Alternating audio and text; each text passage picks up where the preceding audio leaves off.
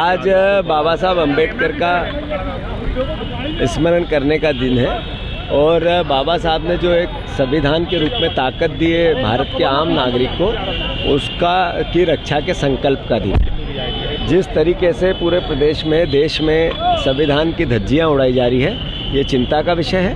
और जिस तरीके से बाबा साहब अम्बेडकर ने संदेश दिया था संविधान की रचना करने के साथ ही कि जिन हाथों में ये रहेगा वो इसका कैसे उपयोग और दुरुपयोग करते हैं, ये उनके पे निर्भर करता है। तो आज जो सरकार है वो जितनी स्वायत्त संस्थाएं उनका चीरहरण कर रही है, जो आज सरकार है वो जनप्रतिनिधियों की बिक्री लगा रही है, जो आज सरकार है वो सत्ता के मद में मदमस्त है और संविधान की रोज मखौल उड़ाती है। हर कांग्रेस जन की दायित्व है कि हमारे महापुरुषों ने देश को आज़ाद कराया, हमारे महापुरुषों ने देश की आज़ादी के लिए बलिदान दिए।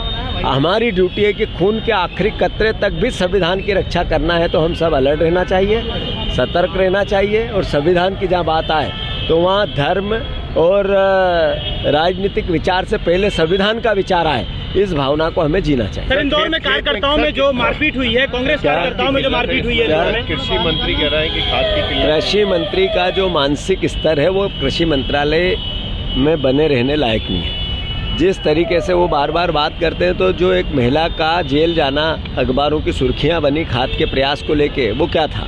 जो जगह जगह लाइन है, इसका क्या है? जो खाद ब्लैक में मिल रहा है उसकी रोज़ किसी न किसी रूप में मार्केट में आती है, बात समाज में आती है, वो क्या है?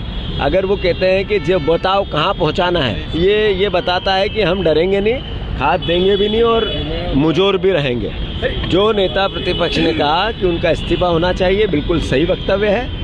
कृषि मंत्री को इसी वक्त अपने पद से इस्तीफा देना चाहिए, अन्यथा मोहन यादव जी को उनका इस्तीफा लेना चाहिए। निर्मला सप्रे को लेकर सर 3 दिन बाद निर्मला सप्रे को लेकर हमने सदन में शिकायत की थी, जिसको संज्ञान में लेना था सदन के आज़दी ने, आदरणीय नरेंद्र सिंह जी ने नहीं लिया। हम अब कोर्ट चले गए हैं, कोर्ट ने 9 तारीख दी है, वो 100% हम हटा के मानेंगे। नया चुनाव होगा, चुनाव में हम जीत के मानेंगे।